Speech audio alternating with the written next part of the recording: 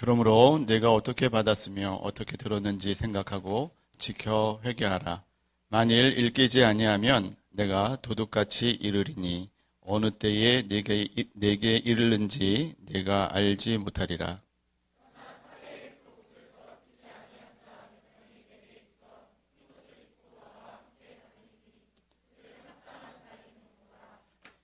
이기는 자는 이와 같이 흰 옷을 입을 것이요 내가 그 이름을 생명책에서 결코 지우지 아니하고 그 이름을 내 아버지 앞과 그의 천사들 앞에서 시인하리라.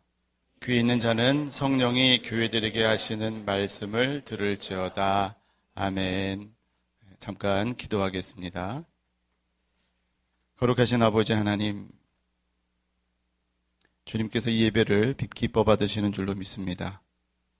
예배 가운데 거하시는 주님, 이 시간에 말씀하여 주시기를 기대합니다. 성령께서 이 시간 함께하여 주시고 말씀을 전하는 자나 듣는 자 주님 앞에 순복하는 귀한 시간 되도록 역사하여 주시옵소서. 감사드리며 예수님의 이름으로 기도드리옵나이다. 아멘. 여러분, 교회를 사랑하십니까? 여전히 소리가 작네요. 교회를 사랑하시는 분도 있고 안 사랑하시는 분도 있으신 것 같아요. 다시 한번 묻겠습니다. 여러분, 교회를 사랑하십니까? 네. 정말입니까? 사랑하긴 하는데 그럼 얼마나 사랑하십니까? 하늘만큼? 땅만큼? 교회를 너무도 사랑해서 내 목숨과도 바꿀 수 있을 만큼 여러분 교회를 사랑하십니까? 잘 모르겠어요? 네. 여기 교회를 너무도 사랑해서 목숨과 바꾼 이야기가 있습니다. 네, 제가 들려드리도록 하겠습니다. 6.25 당시에 한경직 목사님이 담임하던 영락교회는 교회 건물을 건축하는 중이었습니다. 6.25가 터지자 한경직 목사님은 이제야 내가 순교할 때가 됐는가 보다 라고 생각했습니다.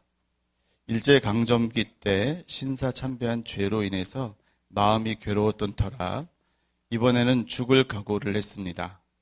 그때 영락교회 장로님들이 회의를 했습니다. 당시 건축위원장이었던 김응락 장로님이란 분이 계셨는데 45세밖에 되지 않은 젊은 분이었습니다. 그가 목사님은 틀림없이 피난 안 갈 것이요. 그러니 장로님들이 강제로라도 체포해서 대구로 빨리 피난 가시오. 난 건축위원장이니 교회가 건축될 때까지 끝까지 지켜야 돼요. 라고 다른 장로님들에게 강권해서 다른 장로님들은 한 목사님과 함께 대구로 피난을 가고 김응락 장로님만 그곳에 남았습니다. 어느 날 교회 앞에서 김 장로님이 인민군을 만났습니다. 인민군은 총을 들고 거기 누구요? 어딜 가는 거야? 하고 소리쳤습니다. 김 장로님은 두려워하지 않고 난 이 교회의 장로요. 기도하러 들어가는 길이요. 라고 대답했습니다. 이로 인해 김 장로님은 인민군에게 끌려가 갖은 고문과 학대를 당했지만 다시 풀려나서도 교회로 돌아왔습니다. 결국 교회에서 기도하던 김 장로님은 교회와 몇 발자국 떨어진 곳에서 인민군의 총에 맞고 총에 순교하고 말았습니다. 장로님이 순교한 지 얼마 되지 않아 9.28 서울 수복이 이루어지고 한경직 목사님과 장로님들이 돌아왔습니다. 그때 그 현장을 목격한 사람의 증언을 들은 한 목사님은 과연 무슨 생각을 했겠습니까? 피난을 갔던 한경직 목사님과 다른 장로님들, 여러분 한번 그분들의 입장에서 한번 생각을 해보시기 바랍니다. 피난 가기 전에 교회에 대해서 가졌던 생각과 김은학 장로님이 총에 맞아서 순교하시고 난 다음에 교회를 바라보는 그분들의 생각이 어떻게 바뀌었겠습니까? 그때부터 한 목사님은 김응락 장로님의 순교의 피 위에 서서 일생을 의로운 목회에만 전념하였습니다. 여러분, 이 땅의 모든 교회, 세상에 많은 사람들이 비난을 하는 돌을 던지는 이 땅의 모든 교회들, 잘났든지 못났든지 부족하든지 그렇지 않든지 상관없이 모두가 다 하나님의 피값으로 사신 교회입니다. 사람이 피 흘린 것에 대해서도 이토록 큰 영향력을 가지는데 사도행전 20장 28절 말씀을 보면 하나님이 자기 피로 교회를 사셨다고 말씀하고 있습니다. 여러분은 자기를 위하여 또는 온 양떼를 위하여 삼가라. 성령이 그들 가운데 여러분을 감독자로 삼고 하나님이 자기 피로 사신 교회를 보살피게 하셨느니라. 여러분, 하나님이 자기 피로 교회를 사셨다라고 하는 그 말씀에 그게 말씀이 무슨 뜻입니까? 바로 독생자 예수 그리스도를 교회를 위하여 내어주셨다라고 하는 말씀입니다. 제가 신학교 2학년 때 있었던 일입니다. 당시에 전국 종교학도 학술 모임, 발음도 잘 안 되네요. 전국 종교학도 학술 모임이 전라도 익산에 있는 원광대학교에서 열렸었습니다. 그때 이 대한민국에 있는 종교와 관련되어진 전공을 하는 대학들, 학과가 있는 대학에서 대표 2명을 뽑아서 다 거기에 참석을 시켰었습니다. 저도 그때 참석을 했었습니다. 별로 안 놀라시네요. 대학에서 2명씩 뽑아가지고 보냈다니까요. 뭐 공부를 잘해서 그랬다는 건 아니고요. 저는 어쩌다 그냥 격가지로 참석을 했었습니다. 그러니까 뭐 종교학도들의 모임이다 보니까 카톨릭 신학대학에 있는 신부가 되기 위해서 카톨릭 신학대에 들어간 학생들도 오고 중앙승가대 학생들, 나중에 스님이 되겠죠. 근데 그 중앙승가대 학생들은 미리 머리를 이렇게 깎더라고요. 그래서 참석을 했었고 원불교 학생들도 그리고 서울대 종교학과 학생들도 이렇게 참석을 했었습니다. 첫날 모임이 끝나고 이제 저녁 식사를 마치고 이렇게 3, 3, 5 흩어져서 이제 교제를 나누는 중이었는데 한 학생이 없어졌다고 막 이렇게 난리가 갑자기 났어요. 그래서 모든 학생들이 그 일정을 중단을 하고 그 학생을 찾아 나섰습니다. 근데 저녁 늦게까지 몇 시간을 찾아다녔는데 나중에 알고 보니까 이동 중에 이 학생이 건널목을 건너다가 달리는 열차에 치여서 사망을 한 것이었습니다. 그 학생의 아버지가 소식을 듣고 급하게 찾아왔습니다. 빈소가 마련되고 학생들이 다 모인 자리에서 그 아버지가 이렇게 말합니다. 참 마음이 괴롭고 아픕니다. 제 아들은 잃었지만 이제부터는 여기 있는 학생 여러분 모두가 내 아들입니다. 인생에 어려운 일이 있을 때 저를 찾아오십시오. 제 아들처럼 생각하고 힘 닿는 대로 돕겠습니다.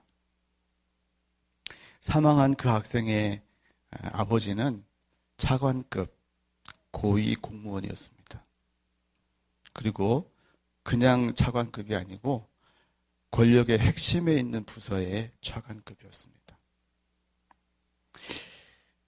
당시에는 꼭 여러분만한 나이에 있었던 저가 그분의 말씀을 들으면서 자식에 대한 부모의 그 애틋한 사랑을 읽을 수가 있었습니다.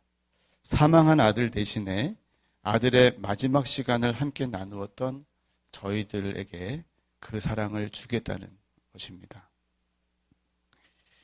타락한 본성을 지닌 인간도 이렇게 자식에 대한 사랑을 줄 알진데 하물며 하나님은 어떠하시겠느냐는 것입니다. 우리 주님은 그 사랑으로 한 번도 교회를 포기하신 적이 없습니다. 교회 사랑하기를 한 번도 포기한 적이 없습니다.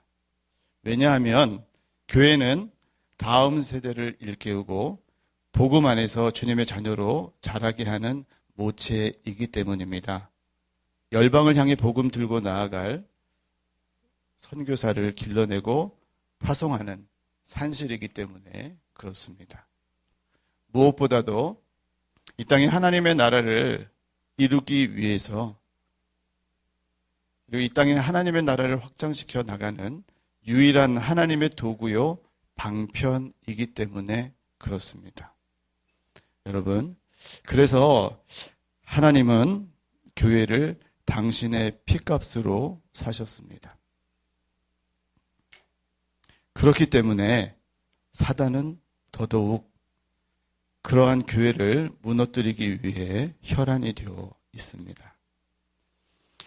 오늘 읽은 계시록 본문의 말씀은 소아시아 지역 7교회를 향한 하나님의 책망 가운데 4대 교회를 향한 하나님의 책망입니다.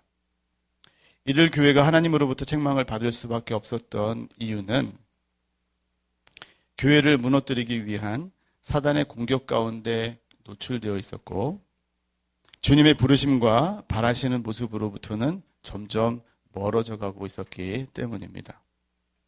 4대 교회는 소아시아 지역의 사대라고 하는 도시에 세워진 교회였습니다. 사대라고 하는 도시는 공업과 상업이 발달하고 내륙도로가 다른 도시들과 잘 연결되어 있어서 무역이 아주 발달한 도시였고 지형도 아주 높은 암벽으로 둘러싸여 있어서 외적의 침입도 거의 받지 않은 그런 천연 요새와 같은 도시였다고 합니다. 외적의 침입도 없고 물질적으로 풍요를 누리다 보니까 게을러지고 나태해졌습니다.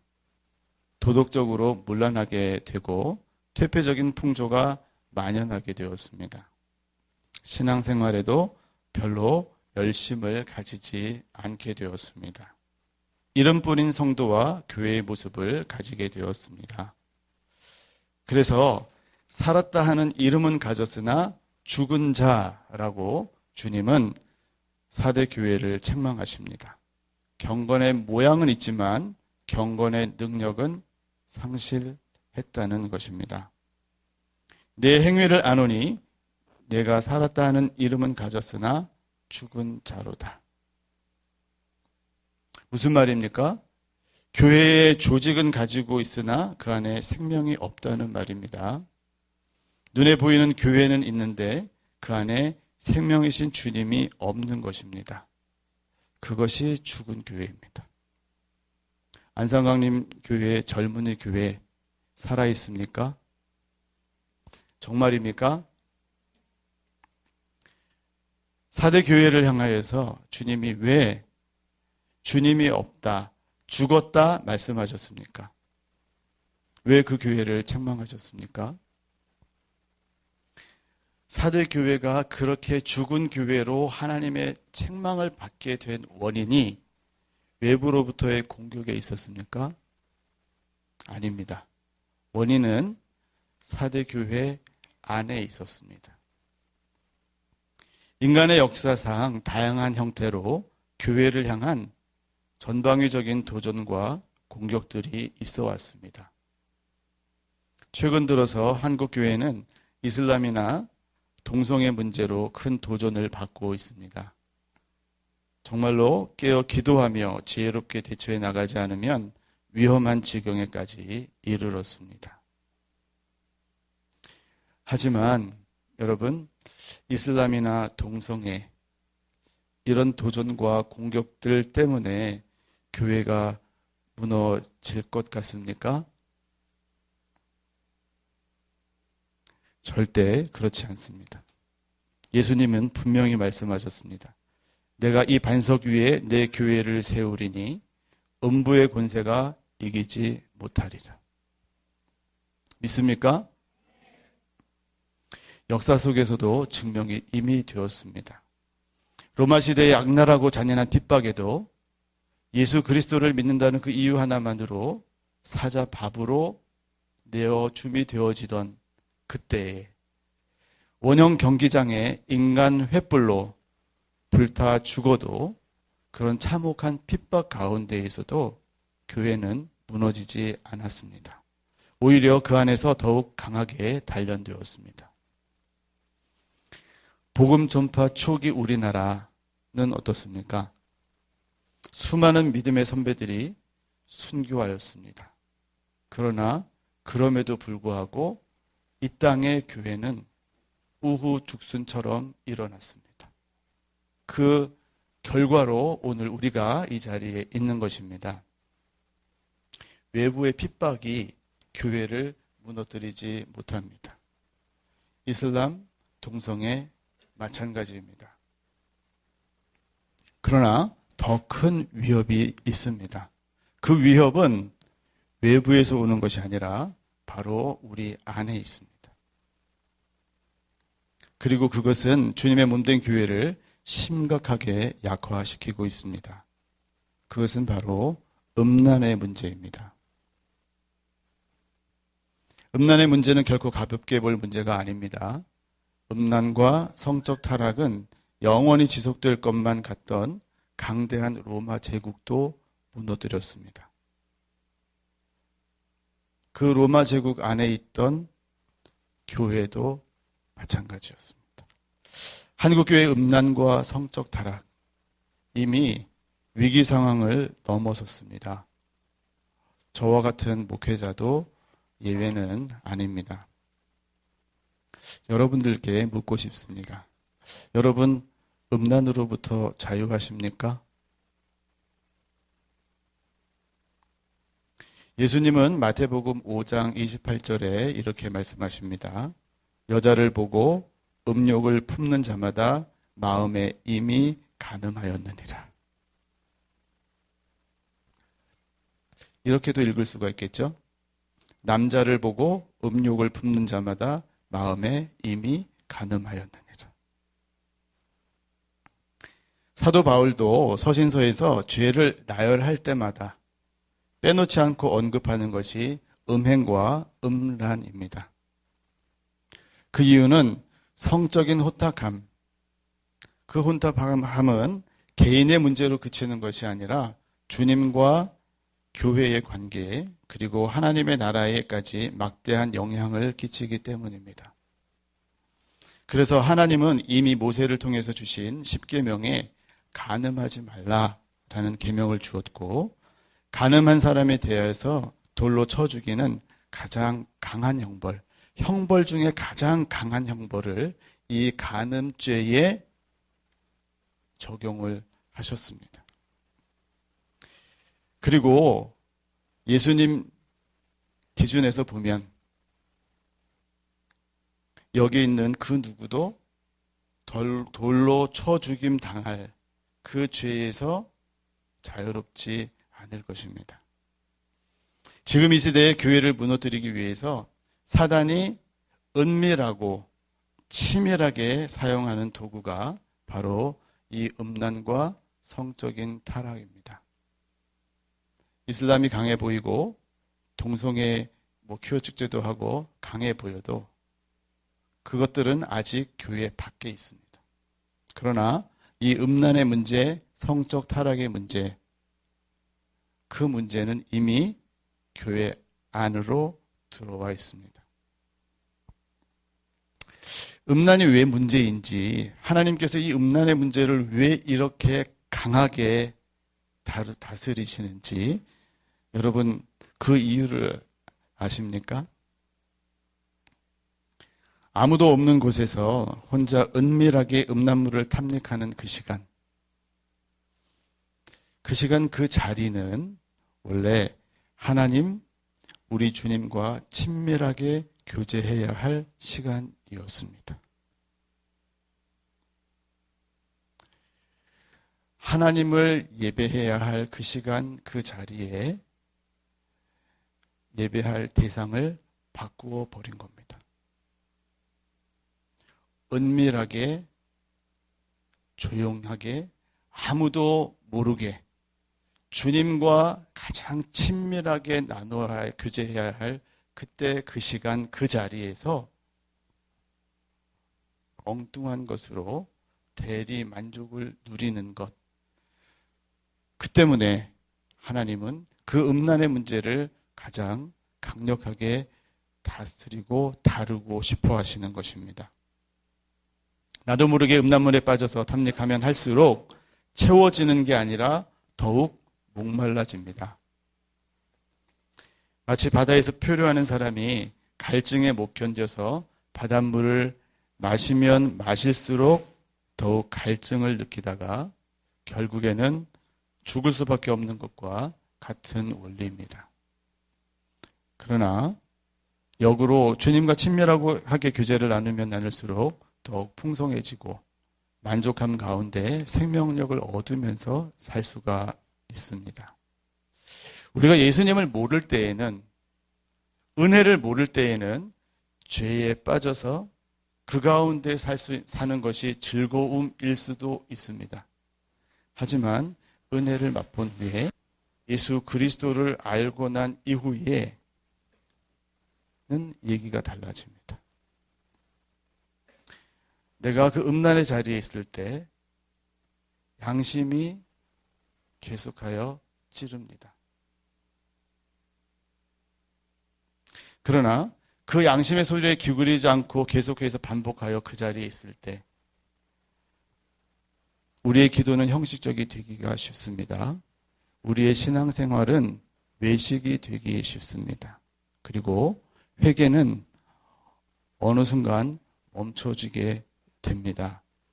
사단이 원하는 바입니다. 우리의 마음은 음란함이 차지할 공간이 아니라 그리스도의 집입니다. 그리스도께서 거하시는 거룩한 성전이라는 것입니다. 여러분, 언제부터인가 세상은 혼전 성관계를 당연시하는 풍조가 되어버렸습니다. 세상의 미디어와 문화는 혼전 성관계가 아무 문제 없고 당연한 것처럼 여기도록 우리들을 부추기고 있습니다. 그리고 우리를 계속해서 쇠뇌시키고 있습니다. 어쩌면 이곳에 앉아있는 여러분들 중에도 그런 생각을 가지고 계시는 분이 계시는 줄도 모르겠습니다. 일평생을 함께할 사람이기에 미리 한번 경험해보고 배우자를 선택해야 실패하지 않는다라는 것입니다. 그렇지만 그 말이 정말 맞는 말일까요? 여러분 어떻게 생각하십니까? 미국의 덴버 대학교 연구팀이 2007년부터 2008년까지 미국의 미혼 성인 남녀 1000명을 대상으로 5년 이상 추적하면서 계속해서 조사를 하였습니다. 그 결과에 따르면 결혼 전에 동거하거나 연애 경험이 많은 사람일수록 그렇지 않은 사람들보다 결혼 생활에 더 만족하지 못하는 것으로 나타났습니다. 이 사람 저 사람 다 테스트해보고 결혼했는데 오히려 그렇지 않은 사람들보다 결혼 생활이 만족스럽지 않다라는 것입니다.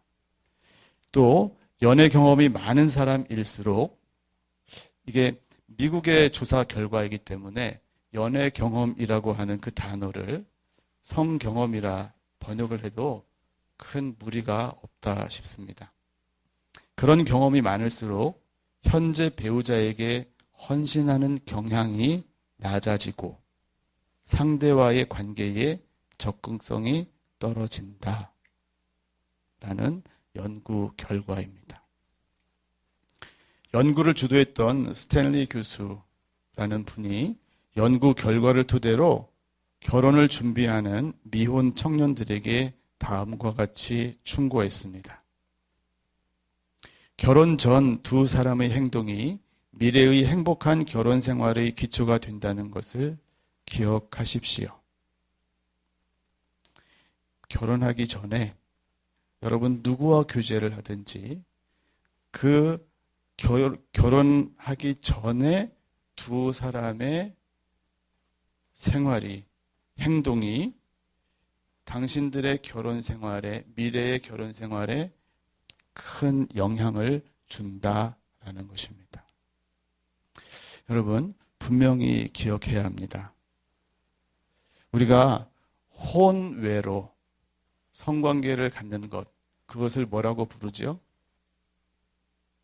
결혼한 남자와 여자가 결혼관계 안에서 말고 바깥에서 다른 사람, 다른 파트너를 찾아서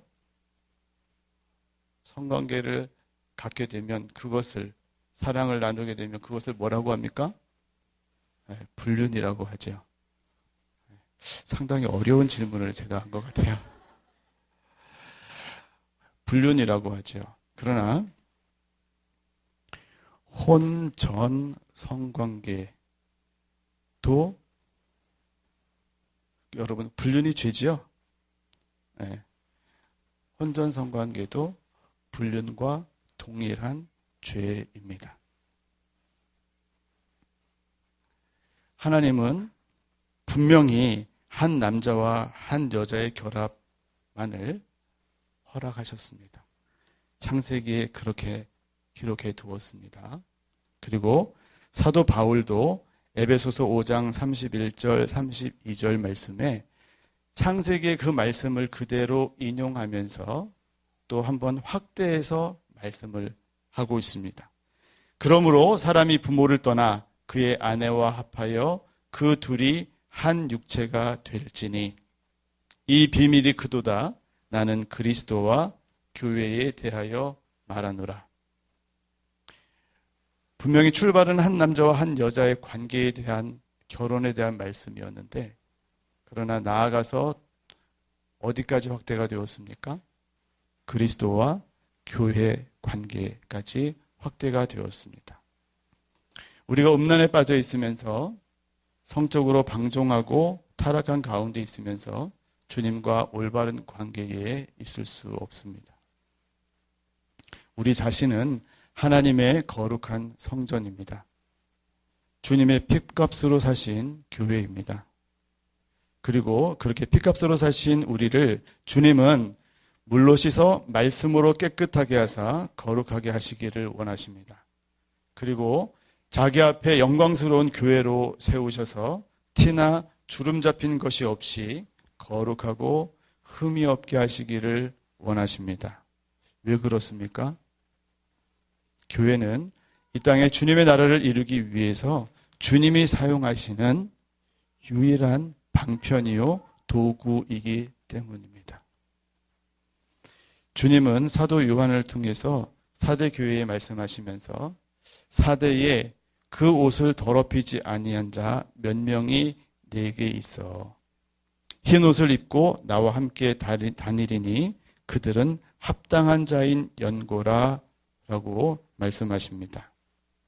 저는 여러분들에게 오늘 이렇게 도전하기를 원합니다. 이 자리에 있는 여러분 한 사람 한 사람이 바로 그 사람 되기를 원합니다. 그 옷을 더럽히지 않은 그 사람 되기를 원합니다. 오늘 설교 제목이 거룩과 순결로 커밍아웃 하라입니다. 여러분, 우리가 우리 스스로 거룩해질 수 없습니다. 우리 스스로 순결해질 수 없습니다. 우리의 본성은 이미 타락했기 때문입니다. 내가 음란이나 성적 타락으로부터 깨끗해져야 주님께 받아들여지는 것이 아닙니다. 우리가 아직 그 죄 가운데 있을 때에 주님께서 이미 십자가에 달리사 우리 죄를 속량하셨습니다. 로마서 6장 6절에 우리가 알거니와 우리의 옛 사람이 예수와 함께 십자가에 못 박힌 것은 죄의 몸이 죽어 다시는 우리가 죄에게 종노릇하지 아니하려 함이니. 로마서 6장 11절 말씀입니다. 이와 같이 너희도 너희 자신을 죄에 대하여는 죽은 자요 그리스도 예수 안에서 하나님께 대하여는 살아있는 자로 여길지어다. 로마서 6장 14절 말씀. 죄가 너희를 주장하지 못하리니 이는 너희가 법 아래에 있지 아니하고 은혜 아래에 있습니다. 이 사실을 믿음으로 받아들여야 합니다. 죄에 반응하는 것은 옛 자아, 십자가에 이미 못 박힌 옛 자아임을 분명하게 기억해야 합니다. 그 옛 자아를 예수 그리스도께서 이미 어떻게 하셨습니까? 끌어안으시고 십자가에 못 박혀 죽으셨습니다. 우리의 죄는 이미 해결되었습니다. 우리를 참소하고 정죄하는 것은 사탄뿐입니다. 믿음으로 선포하고 결심했다고 해도 또 넘어질 수 있습니다. 여러분 그런 경험 없으세요? 수련회 때 열심히 기도하였습니다. 하나님, 내가 순결하고 거룩한 주의 백성으로 주의 신부로 서겠습니다. 그러나 그렇게 결단하고도 또 동일한 죄에 빠지는.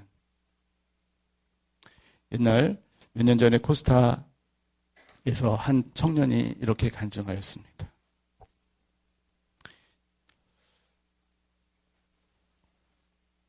교회에서 열심히 예배드리고 찬양하고 봉사하고 그러나 집에 오면 음란물에 빠져 지내고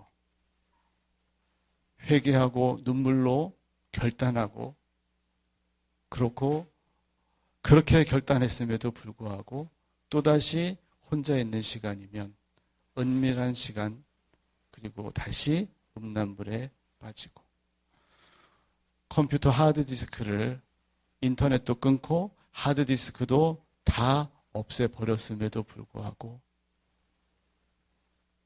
또 그 죄를 찾아서 갈급해하고 목말라하는 탐닉하면 할수록 더 깊이 수렁에 빠져드는 자신 때문에 절망하는. 그래서 그 교회, 그 청년이 다니는 교회 전도사님께 그 사실을 고백을 했어요. 전도사님이 이렇게 조언을 했습니다. 너가 혼자 있을 때 또 그러한 죄의 유혹에 넘어가려고 할 그 순간에 나에게 전화해라. 너가 어디에 있든지 내가 달려가겠다. 여러분, 분명히 이 자리에도 동일한 고민과 동일한 어려움을 가지고 계시는 분이 계실 줄로 믿습니다. 여러분, 혼자 고민하지 마시고 오픈하십시오. 주님께만 오픈하는 것이 아니라 내 옆에 형제, 자매, 간사님, 전도사님, 목사님께 오픈하십시오. 그 자리에서 나올 수 있는 방법입니다.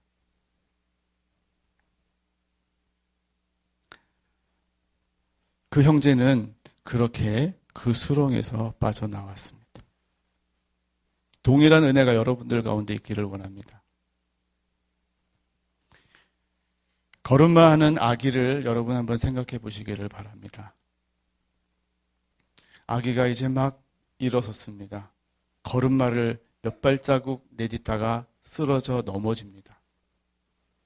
그 부모님이 그 아기를 향해서 너 빨리 일어나지 못해? 왜 넘어지는 거야? 세상에 그런 부모가 있을까요? 우리를 바라보시는 주님도 동일하십니다.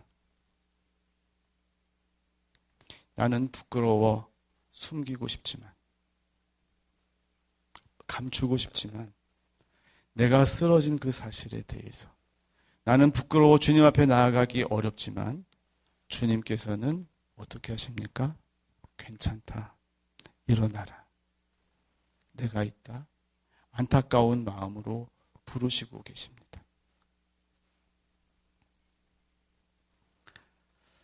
여러분, 혼자 은밀하게 있는 그 시간에 죄에 빠졌습니까?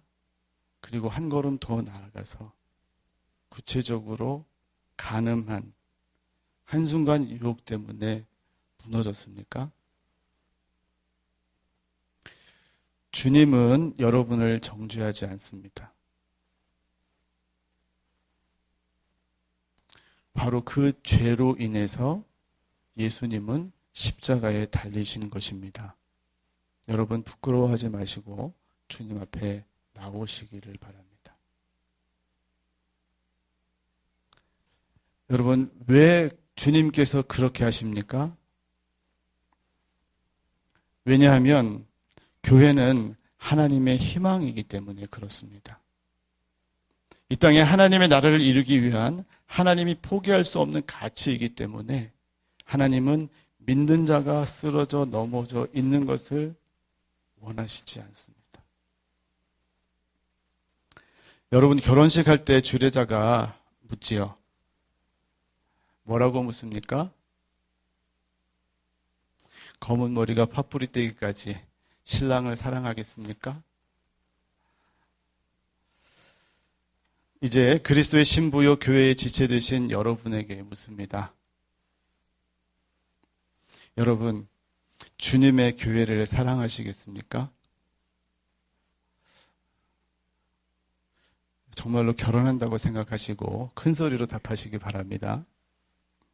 여러분, 주님의 교회를 사랑하시겠습니까? 신랑 되신 주님을 사랑하시겠습니까? 건강할 때나 병들 때나 부유할 때나 가난할 때나 때로 응답이 없고 멀리 느껴질지라도 이 땅에서 여러분의 생명이 다하는 날까지 사랑하시겠습니까? 그리스도의 순결한 신부로 서시겠습니까? 이 시간에 예수님은 누구신가 찬양하기를 원합니다. 예수가 누구인지 분명히 알기를 원합니다. 나의 신랑 되신 그분이 어떤 분인지 성령께서 찬양하는 가운데 분명히 알려주시기를 원합니다. 혹시 이 시간 그 죄 가운데 넘어진 분이 계십니까? 이 시간에 주님 앞에 오픈하시기를 바랍니다. 나는 여전히 넘어지지만 주님이 나를 붙들고 계십니다. 은밀한 죄 가운데 넘어져서 스스로 쓸모없게 여기고 나는 안 돼 절망하고 있을 때 주님은 우리를 부르십니다. 안타까워하시며 탄식 가운데 우리를 부르십니다. 그리고 그렇게 아무 가치 없는 것 같은 나를 주님은 오히려 헵시바라 뷸라라고 불러주십니다. 내가 너를 이뻐하고 사랑하여 너와 결혼하였다고, 너와 하나 되었다고 말씀해 주십니다. 나의 어여쁜 자여 일어나 함께 가자 말씀하여 주십니다. 시간에 예수님은 누구신가 찬양하겠습니다.